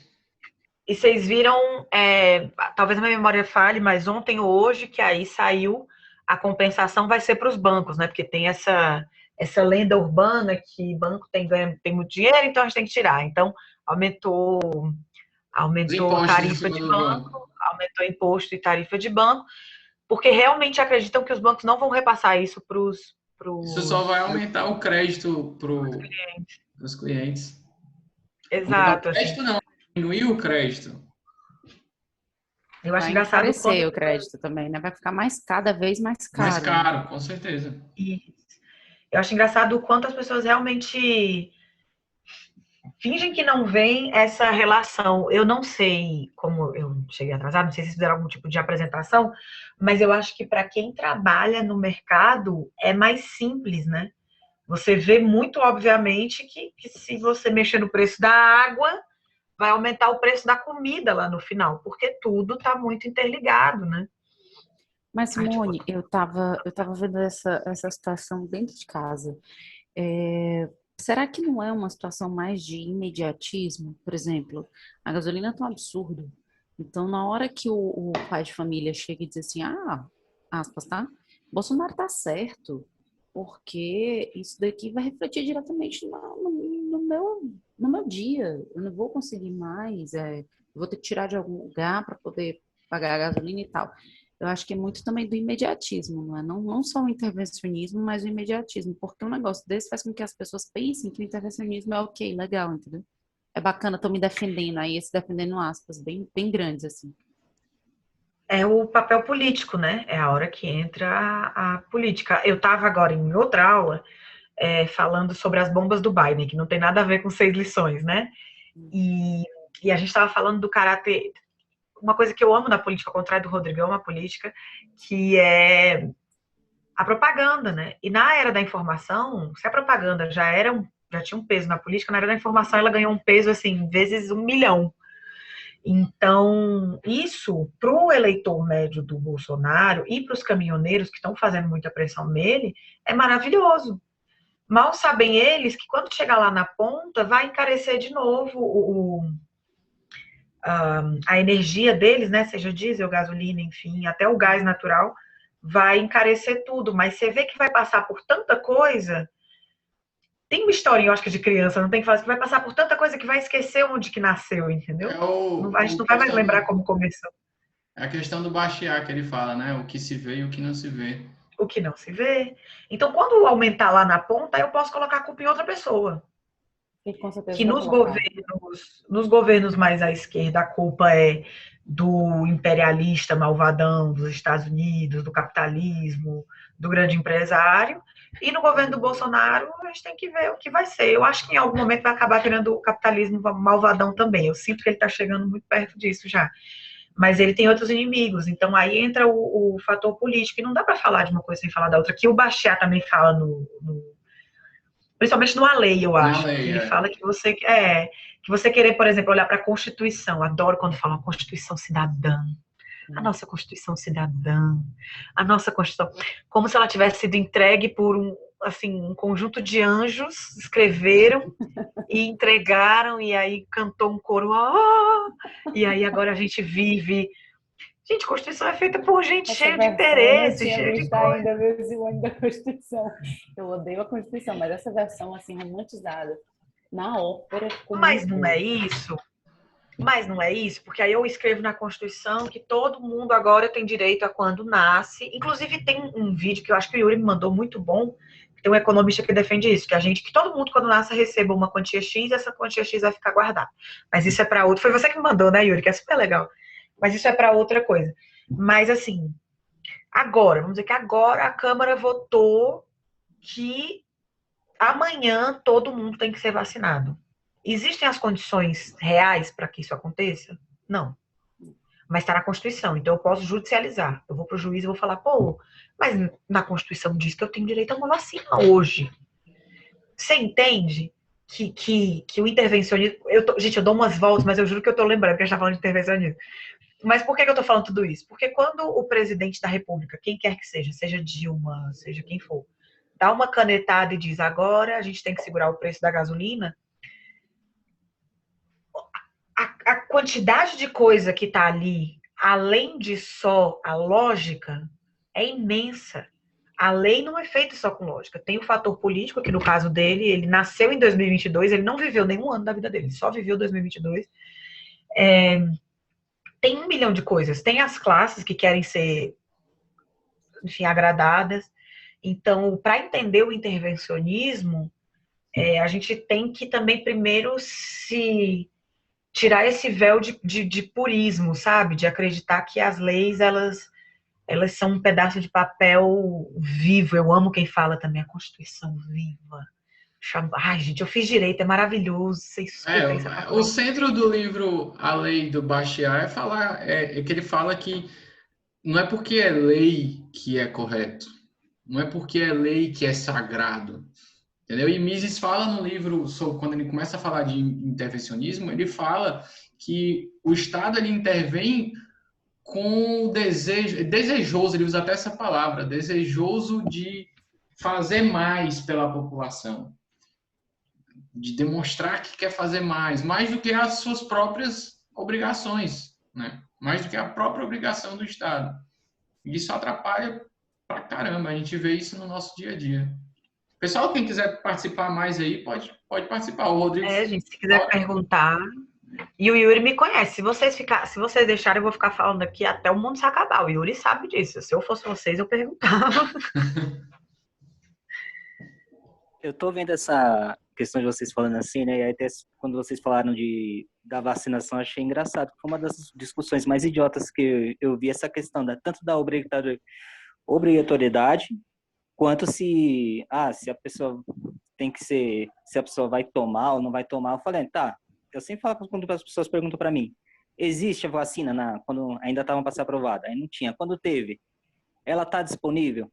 Assim, quando tiver toda a estrutura, a gente conversa. Eu acho que é igual o STF discutindo obrigatoriedade.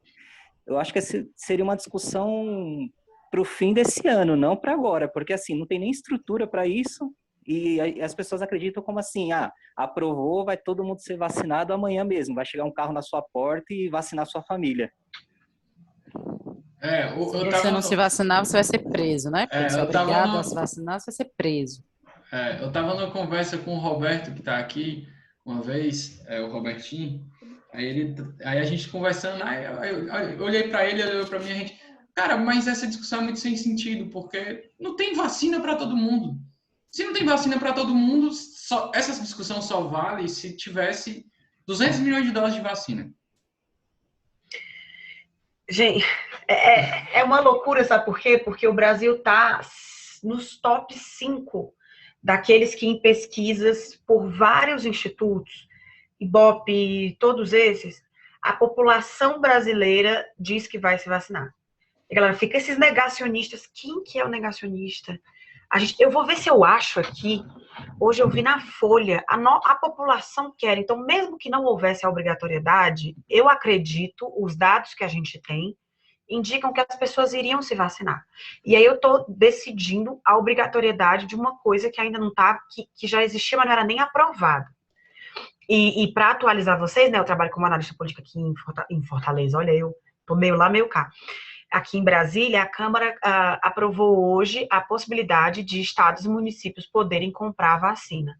Gente, quem tiver sem fazer nada, se você quiser um negócio assim pra você rir, cara, pega no YouTube essa discussão. Teve um cara do PT que falou a seguinte frase: o que é que vocês querem com isso? Vocês querem, por um acaso, criar 2 filas para vacinação? 2, 10, 100, porque aí quer dizer que vai ter mais gente se vacinando mais rápido. Só que o argumento do PT, de uma parte do PT, contra essa possibilidade, era que aí você vai ter gente se vacinando que não é o prioritário antes. Então é melhor não vacinar uma pessoa. Tá entendendo? Assim, dessas cabeças. Covid para outra. É dessas cabeças que vem o intervencionismo. Isso é Simone, o intervencionismo. A gente estava falando, quando você não estava ainda e o Rodrigo estava falando, foi justamente uma publicação que a Jandira Fegali falou, que ela publicou, foi justo que a gente conversou, gente. Ela falou que era uma vitória, que ela estava comemorando a vitória do SUS diante do capital, porque tinham tirado um trecho do projeto de lei que falava que a iniciativa privada poderia comprar vacina. Gente, o projeto de lei... É isso, é a mesma coisa, tá entendendo? É a mesma coisa. Não, eu ouvi essa criatura a tarde inteira. O projeto de lei, eu já acho absurdo, que é o seguinte: a empresa privada só vai poder comprar depois que os prioritários forem vacinados. Isso eu não sei se acabou sendo votado ou não, porque eu entrei na outra aula, não vi esse final. Mas a empresa, por um período X, até os prioritários estarem vacinados, vamos colocar que foi isso que passou, porque era essa a discussão, tudo que ela comprar, ela vai ter que dividir por 2. Então, se ela comprar 100 mil doses, ela vai ter que dar 50 mil doses para o SUS. E as outras 50 mil doses, se ela quiser aplicar, por exemplo, nas pessoas que trabalham na empresa dela, eu tenho, sei lá, uma fábrica. Eu vou dar 50 mil doses para o SUS e a outra 50 mil doses eu vou vacinar os meus trabalhadores e a família dos meus trabalhadores. Vamos colocar. Pois o PT e o PSOL fizeram moção dizendo que isso não, porque todo mundo tem que ser pelo SUS. Vocês estão entendendo o grau de absurdo desse raciocínio só para dizer que é contra o capitalismo? Por que eu estou dizendo isso tudo? Porque isso é intervencionismo. Porque o PT e o PSOL estavam decidindo que a gente Por exemplo, se a minha chefe quiser comprar, no nosso escritório são poucas pessoas, nós somos uma equipe de 6 pessoas. Pronto, comprei aqui 6 vacinas, vou dar para os meus... Cara, são mais 6 pessoas que não vão estar infectadas nem... Você entende? Mas não. Eu quero que você espere o SUS, porque o SUS é o que vai salvar esse país. Porque o Estado... O cara do PT falou isso. Ele falou, isso cabe ao Estado fazer. Então, mesmo que o capital seja benéfico, o Estado, tenho que meter meu dedo para dizer, não, você não vai se vacinar não, Simone. Você tem que esperar na fila. Um negócio que está totalmente sem logística. Uma vacina que não estou conseguindo comprar porque acabaram com a diplomacia do seu país. Isso é intervencionismo. Então, assim, eu amo o exemplo que o Mises dá, que é do leite. Eu amo esse exemplo que ele dá no livro, principalmente porque neste momento está acontecendo isso na Argentina. O presidente de lá decidiu que as empresas tinham que produzir mais leite que derivados. Acontece que, aparentemente, os argentinos consumiam muito mais derivados que leite. E aí agora está sobrando, tipo, 200 mil litros de leite na Argentina, nas prateleiras, e aí, consequentemente, vão ter que deixar muito mais barato, e não pode produzir iogurte, porque o governo mandou não produzir iogurte, mas eu, que sou cidadão normal, eu prefiro tomar iogurte do que tomar leite, e começa, pelo perdão do meu francês, começa o cabaré, né?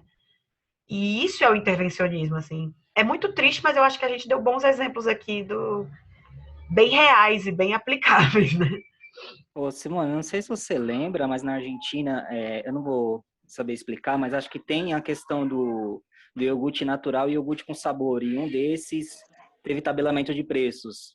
E o que foi tabelado estava escasso e o outro estava com a oferta alta, né?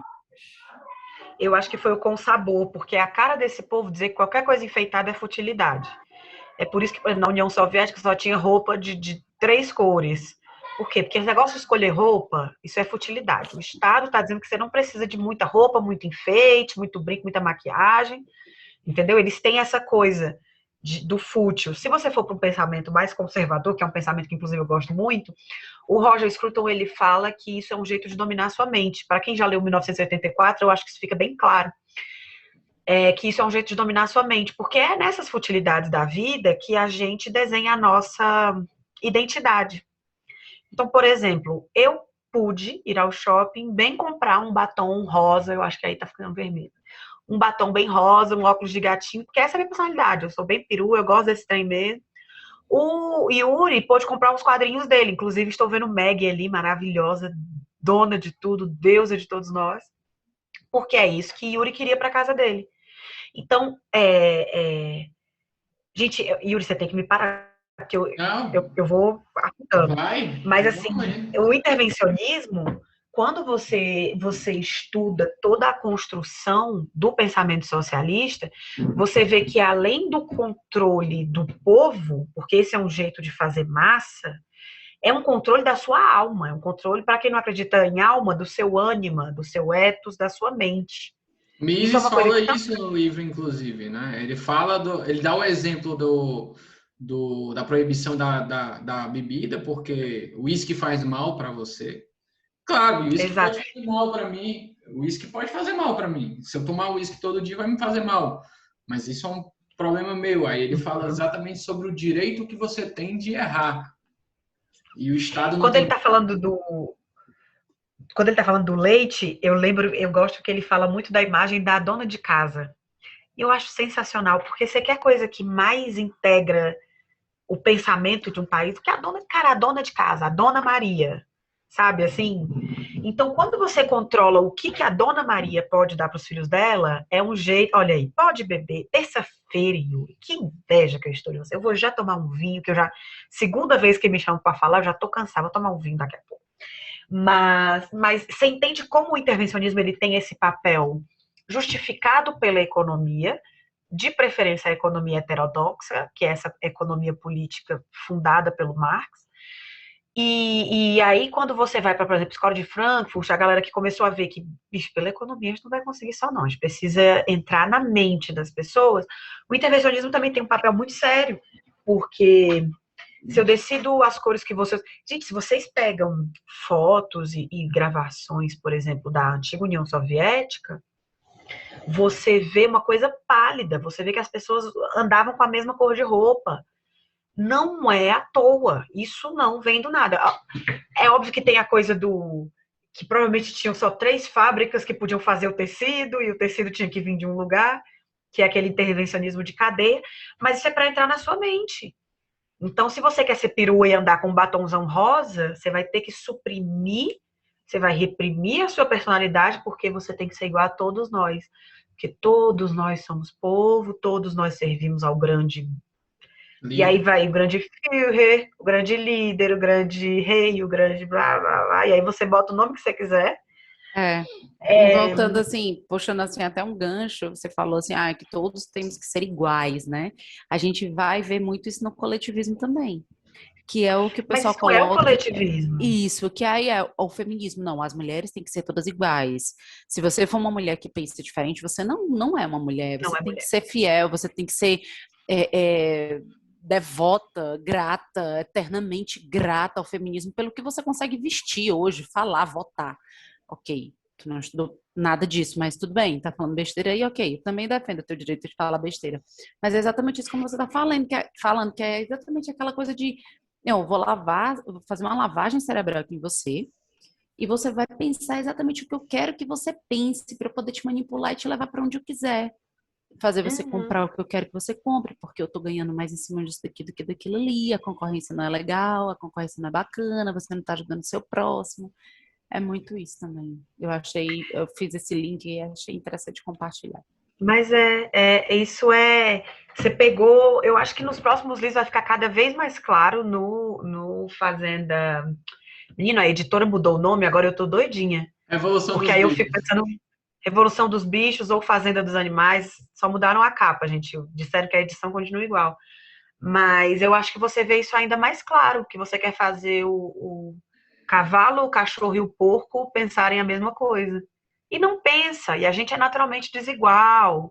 E o intervencionismo, ele tem ele é essa base de onde o coletivismo nasce, né? Porque é alguém que foi, por algum motivo, elegido o, o dono da razão, te dizendo o que você deve fazer. Aqui no Mises, voltando, para eu não ir muito longe, aqui no Mises a gente fala especificamente do intervencionismo econômico, mas eu queria, sim, ressaltar o quanto o intervencionismo econômico tem um papel fundamental para o intervencionismo, para mexer com a nossa cabeça mesmo, sabe? Assim. É o que a gente falou antes, quando o Rodrigo estava aqui, que eu falei sobre as liberdades, elas são indissociáveis. Você não tem como separar a liberdade econômica, por exemplo, de outras liberdades. E é a mesma coisa no intervencionismo. Se você intervém na economia, você está intervindo na vida das pessoas. Porque nada... o Estado não vai... Se o Estado chegar e falar, você não pode... O exemplo do Mises que ele usa você não pode usar exatamente o uísque, beber, proibir a sua bebida. Quando você permite que isso aconteça, você está permitindo que a pessoa se pergunte, se eu consigo definir que isso é o melhor para o seu corpo, por que eu não posso definir o que é melhor para a sua mente? E aí começa a definir o que você pode ler, o que você não pode ler, para onde você pode ir, para onde você não pode ir, o que você pode fazer, qual lugar que você pode frequentar, né? Aí ele dá o exemplo do Hitler sobre as artes, né? Ele dá um exemplo do Hitler, que o Hitler proibiu, que era um cara que foi reprovado na escola de artes, e ele proibiu artes e só deixou artes que ele achava bonita, que ele gostava, que um cara que foi reprovado em artes na faculdade achava que era o ideal para a população. Esse é o problema do intervencionismo, não é só econômico, ele pode intervir na sua vida. Se você permite economicamente que isso aconteça economicamente, isso pode acontecer tanto economicamente quanto culturalmente. Então, mas aí eu acho que vai para uma coisa até mais profunda, que é assim, o que não é o movimento que você faz no corpo, se não a construção da sua mente, sabe? Eu tenho estudado muito, eu tenho uma vertente. Eu acho que acabo sendo um pouco mais conservadora, até porque eu tenho me aprofundado muito nos estudos da filosofia cristã, principalmente beneditina e tal, e recomendo muitíssimo, mesmo para quem não seja, como filosofia, Agostinho, Tomás de Aquino, essa galera é muito boa. E São José Maria Escrivá também. Tomás de Aquino. Eu queria botar o nome do meu filho de Tomás, mas minha noiva não deixa, não. Tão bonito. Tem o São José Maria, que é um cara mais recente, ele fala para o povo da nossa época, mas enfim, assim, não puxando a sardinha para a religião, a filosofia. O fora, fazer fora ajuda você a fazer dentro. E aí, quando você quer, por exemplo, sei lá, melhorar seu condicionamento físico, ou melhorar sua disciplina, você mexe fora antes de mexer dentro. Ou você vai dizer que você só se arruma para ir trabalhar no dia que você está afim? Não, você se arruma para trabalhar porque você sabe que aquilo é importante para você receber seus clientes, pacientes, as pessoas com quem você trabalha. Você precisa... Entende? Assim, os movimentos de fora, eles repercutem dentro. Quando dentro não está bem, inclusive, por exemplo, na terapia, se arrumar, tomar um banho gelado, tomar um sol, por quê? Porque fora você mexe dentro também. Então, eu acho que isso de determinar o fora está muito ligado à lavagem cerebral. Gente, na Coreia do Norte tem corte de cabelo, você só pode fazer aqueles cortes de cabelo determinados. Isso mexe com a autoimagem da pessoa, né? Isso faz a pessoa acreditar que ela só pode se ver daquele jeito, do jeito que o grande líder manda. Então, assim, o intervencionismo a gente vai... Eu vou até guardar isso aqui, porque todos os outros livros que a gente for falando, eu vou lembrar disso. Vocês estão vendo o intervencionismo que o Mises falou? Tá aqui, sabe? O pessoal tá tendo que ir embora, tá indo aí. Mas vamos lá. Eu tô gravando essa aula. Eu vou deixar disponível para o pessoal que não pôde assistir. Muita gente não pôde assistir. Acho que 10 pessoas não puderam assistir. Eu tô gravando. Eu só não avisei que eu ia gravar antes, porque senão ninguém vinha, né? Aí ia ficar chato. Você acha? Ah, sim. Eu fiquei pensando já na coisa do assim, direito. eu vou gravar a aula, ninguém assistia. Aí o Rodrigo ia estar falando... entendi. Nada. Então, você quer bater capítulo a capítulo ou o pessoal... Você pode ver. O intervencionismo, eu acho que a gente já pegou legal aqui, né? O controle de preço. A gente já falou sobre tudo aqui. Ele fala muito da inflação, que eu particularmente não tenho assim, conhecimento suficiente para aprofundar, que eu estou começando, inclusive esse livro aqui me ajudou, foi meu pontapé inicial na economia, mas eu acho que aqui ele explica muito bem o quanto a inflação não é uma mágica, ela é resultado de um intervencionismo. Inclusive aqui falar bem da independência do Banco Central, que foi inclusive uma coisa na qual eu trabalhei e a gente suou muito para aquilo passar, porque uma das funções do intervencionismo, da independência do Banco Central, que foi aprovada mês passado, é que essa inflação ela vai poder ser controlada de fato por um corpo técnico e não mais por uma canetada do presidente. Quem viveu os anos 80... Vocês sabem, por mim o Banco Central não existia, né? É o que eu ouvi de todos os meus amigos liberais é isso. Na verdade, não tinha nem que existir, mas já que é para existir... Já que é para existir, então, foi excelente. Exatamente. Que foi interessantíssimo. Então, assim, a gente está vivendo... eu acho que uma coisa que faz esse livro tão importante é que ele é atemporal, né? São questões que a gente continua... Mises, quando começa a falar de socialismo, ele cita a União Soviética, porque era o exemplo que ele tinha na época. Mas se você parar para pensar aqui, troca o nome, União Soviética por Venezuela. Parece que Mises está falando da Venezuela de hoje. É tão atemporal realmente o que Mises fala e a forma como ele fala, que parece que ele realmente está falando da Venezuela da época. Entendeu? É assustador, né? Tem uma pergunta aqui, que é do Rafael, ele ainda está aqui. Se um dos fatores da inflação é a injeção de dinheiro na economia pelo Estado, dinheiro esse do contribuinte, em uma hipótese de Estado mínimo, e o dinheiro ficasse na mão das pessoas, correria o risco de disparada na inflação no primeiro momento? Sim. Sim e não, né? Porque assim, a inflação, quando você pensa em inflação e Estado, ela tá mais ligada à produção de dinheiro. E aí você me Sim. disse Eu imaginei muito mais numa questão, por exemplo, que a gente passou agora na pandemia, de muita gente indo atrás de máscara, indo atrás de um produto só, por exemplo. É óbvio que o verdade, produto verdade. vai aumentar, entendeu? É óbvio que ele vai aumentar, porque é oferta e demanda. É óbvio que ele vai aumentar. Eu pensei nessa situação. Porque você pensou no produto, né? Eu já pensei direto no dinheiro. E aí, para aumentar, baseado no dinheiro, tem muito a ver com a produção, aquele velho vamos imprimir dinheiro, que um célebre filósofo cearense adora falar. E aí tem mais a ver com isso. Mas realmente você tem razão. O livre mercado ele pode levar a uma inflação de outras formas, né? Até porque produto é riqueza, serviço é riqueza. Exato. Eu acho que inflação não tem muito o que bater, até porque Mises mesmo passa por inflação no livro. Ele não se aprofunda muito. É uma coisa que eu acho que eu vou dar uma olhada nos livros que a gente tem aqui no Clube do Livro, sobre um livro que dê para a gente aprofundar mais nesse sentido, entendeu? Total. Ótimo. Mas eu acho que a gente pode fazer isso também ao longo, né? Nós temos aí 12 livros que abarcam bem os temas, a gente vai conseguir explicar isso direitinho.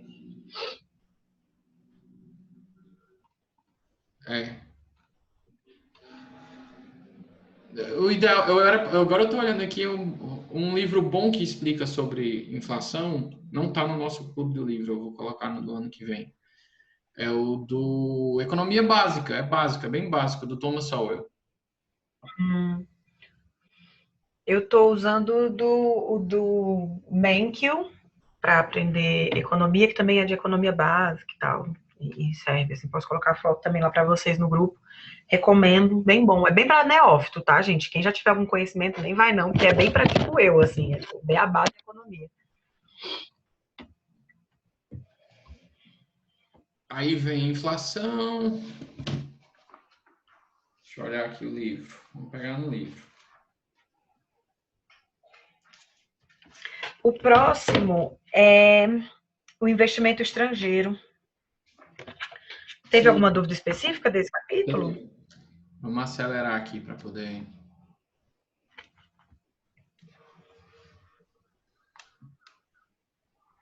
A Raíssa botou assim: por que ainda hoje a gente vê países demonizando o investimento estrangeiro? Como se fosse ruim ver americanos por aqui extraindo petróleo, por exemplo. Então, o investimento estrangeiro, ele é um dos belos espantalhos, falar fantasmas, os espantalhos de Schopenhauer. Criou-se uma ideia de que a riqueza, ela é transferível no sentido de, por exemplo, a terra. A terra, ela não vai sair. O chão do Brasil é o chão do Brasil. Mas criou-se uma ideia de que se esse chão for ocupado por por suecos, essa riqueza vai se perder da gente. Geralmente essa riqueza se perde porque a gente mesmo já não forneceu a estrutura para ela ser aproveitada pela gente. No capítulo de investimento estrangeiro, ele fala do quanto isso foi, inclusive, importante para as nações desenvolvidas serem desenvolvidas. O exemplo que ele dá e que eu gosto muito é da iluminação das capitais europeias, que em algum momento todas as capitais europeias têm iluminação porque uma companhia britânica lhe fornece gás. Então, se você pensa... tudo britânico. Então, se você pensa na riqueza como uma coisa estática, de fato, e isso foi uma coisa que aconteceu, por exemplo, muito com a África, elas não vão... O país vai ser tomado por outro. Mas se você pensa na riqueza, por exemplo, a Inglaterra, empresas britânicas forneceram iluminação para as capitais europeias. Então, as capitais europeias agora iluminadas puderam deixar o seu comércio aberto por mais tempo, puderam especializar engenheiros para lidar com os problemas daquela energia da empresa britânica. Você entende? Então, o investimento estrangeiro ele entrou no bolo desse capitalismo malvadão, que foi esse bolo criado, esse espantalho, essa falácia criada na economia, que tudo que não é feito aqui é ruim. Só que você imagina o quanto que a nossa sociedade, principalmente a sociedade ocidental, ia demorar para evoluir o quanto evoluiu se cada um ficasse fechadinho na sua bolha? Se cada um fosse depender da sua própria capacidade de evolução. Então, por exemplo, a gente tem os Emirados Árabes, que em 20 anos, Dubai, tudo aquilo, gente, aquilo era areia e uns prédiozinhos. Você acha que aquilo cresceu só por obra e graça de Alá e do pessoal de lá? Nossa, você vai deixar isso gravado? Vamos estourar minha casa, com certeza. Fazendo piadinha. Mas você entende? Não, foi porque eles trouxeram o dinheiro de fora, injetaram dinheiro de fora, injetaram empresa de fora com o dinheiro do capital do petróleo deles. Mas você acha que eles exploraram o petróleo com maquininha à mão? Não, eles trouxeram as melhores máquinas de fora. Então, o investimento estrangeiro, ele entrou nesse bolo de uma teoria muito maior e muito danosa, que o capitalismo do Ocidente veio para fazer mal para a gente. Só que se não fosse o capitalismo do Ocidente, a gente ia estar cada um na sua tribo, tendo que evoluir sozinho. E esse negócio de a terra é nossa, o petróleo é nosso, a soberania nacional, vai afetar a soberania nacional. É puxado.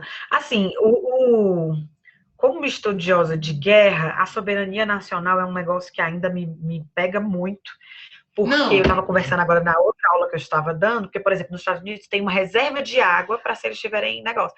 Só que, ao mesmo tempo, não dá para a gente depender só da gente para explorar esse petróleo, gente. Tipo, o Brasil já mostrou que não tem capacidade. Vamos trazer quem sabe fazer, sabe? Vamos fazer esse dinheiro chegar para a gente de verdade. Gerar riqueza e empregos. Eu estava tentando lembrar, eu lembro que o lançamento da Petrobras foi 3 de outubro, por quê? Porque é o dia do meu aniversário. Mas o ano, obviamente, não foi o mesmo, e aí eu não lembro se foi 53, mas assim, vou botar que foi 53, que o Vargas se matou em 54. Enfim, vamos dizer que foi 53. Bicho, olha o tempo que a gente está escutando essa história, e a gente continua atrás, sabe, assim... E o Bolsonaro olha o que os falou Emirados isso Árabes há fizeram. uma semana atrás. E a gente continua na mesma ladainha, e uma ladainha que não mostrou resultado. Essa é a pior parte, sabe? Isso que eu acho triste. Eu vi uma montagem um dia desse, falando sobre o preço da gasolina nos Estados Unidos, o preço da gasolina aqui, e a quantidade de empresas que refinam petróleo lá e extraem petróleo lá, e a quantidade de empresas que fazem isso aqui.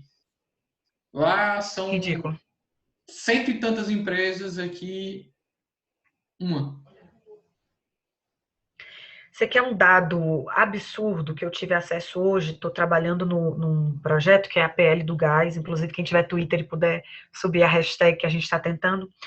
A PL do Gás, ela é assim, tipo, muito pouco perto do que ela já foi, porque o lobby da Petrobras bateu muito pesado. Mas o PL do Gás, eu hoje estava argumentando com um pessoal, né, pela aprovação. Só quem pode autorizar gasoduto, autorizar não, conceder gasoduto hoje é a Petrobras. 60% dos gasodutos, ou seja, aquele negócio que traz o gás do mar para a terra e de lugares em terra que é produzido e tal, 60% não está sendo usado. Você realmente acha que um país do tamanho do Brasil não tem vazão para esse gás natural? Tem, mas é tanta burocracia, é tanto absurdo, porque só uma empresa faz, que as pessoas, é mais barato e as pessoas preferem comprar de fora. A gente tem um cliente no escritório que ele está penando, porque é mais barato comprar o produto dele, que é feito aqui, é feito no Goiás, na Bahia.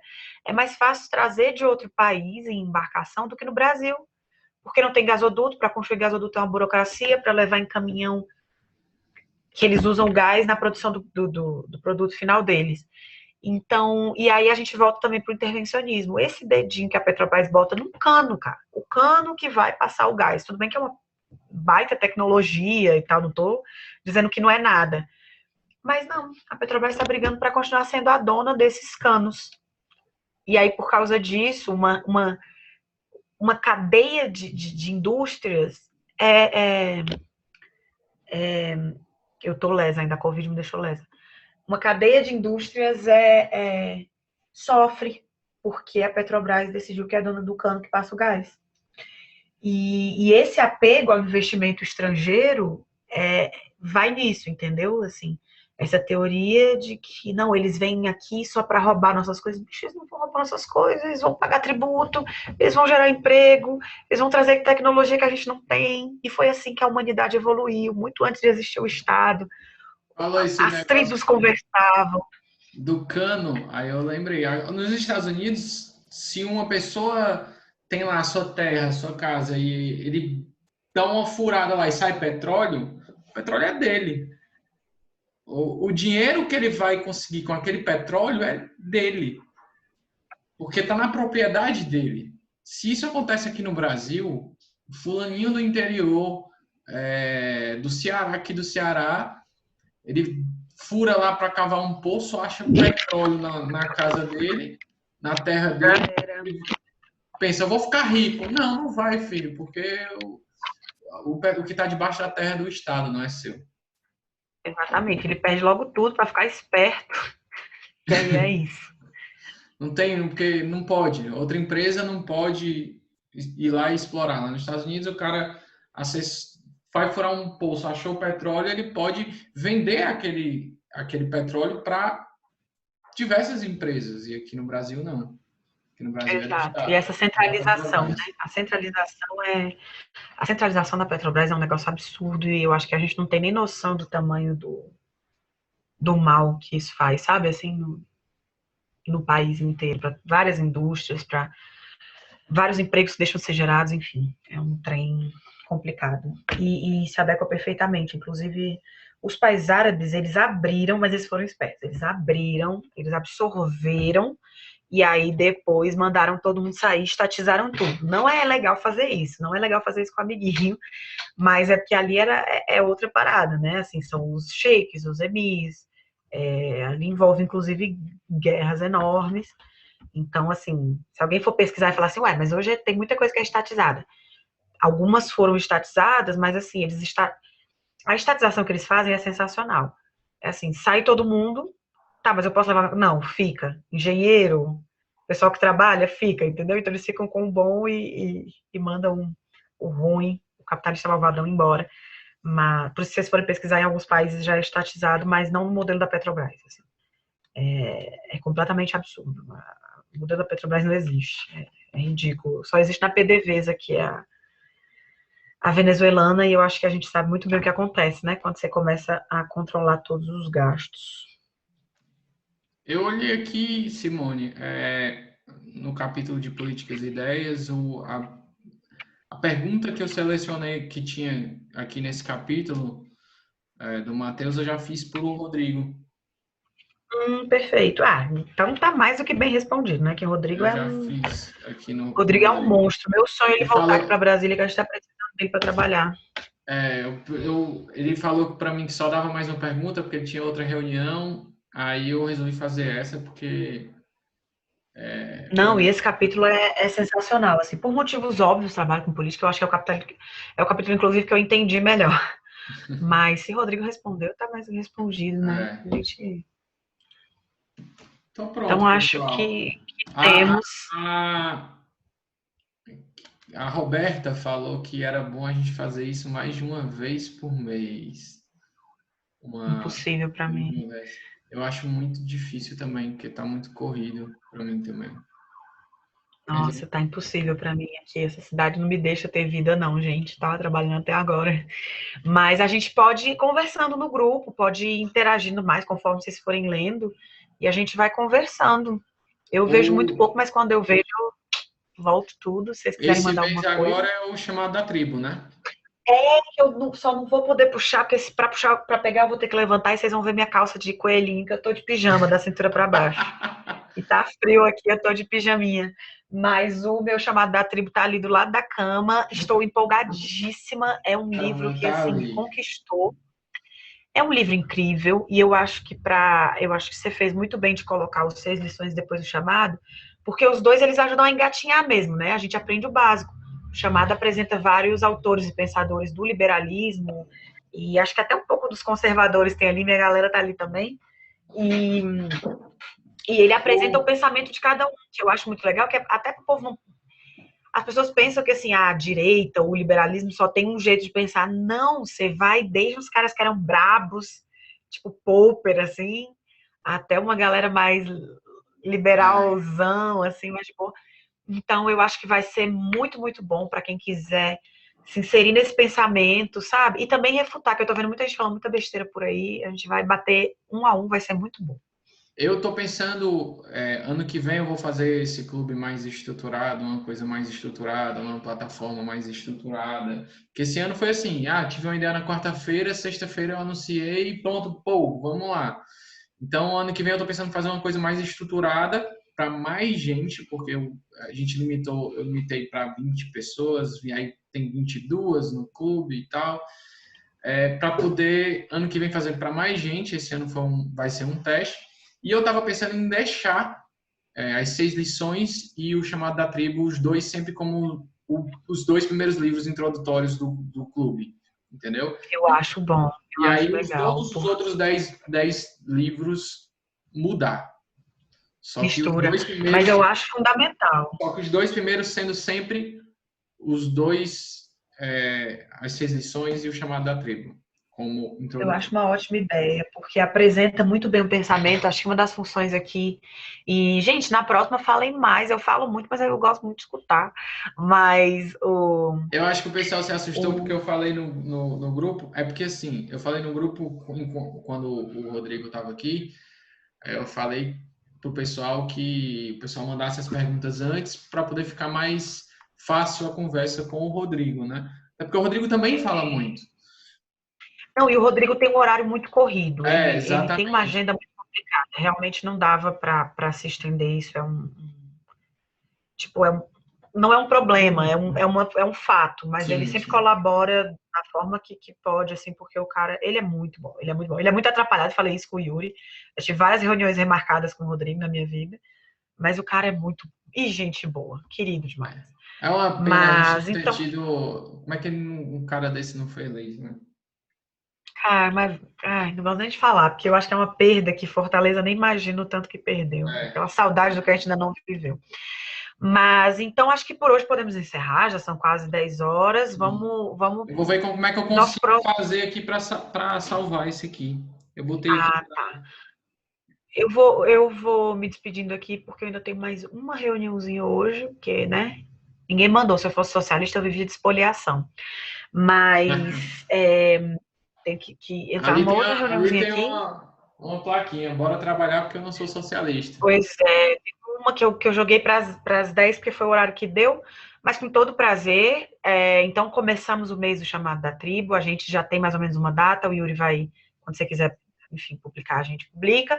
E é um livro incrível, espero que vocês gostem, leiam, devorem, porque eu estou preparando, assim, com muito, muito amor, eu amo preparar a aula. E podem já ir mandando dúvida, interagindo no grupo. Se eu não responder, pode me mandar no privado, eu demoro, mas eu respondo, gente, porque minha vida tá muito doida. Mas é isso, eu vou realmente ter que sair.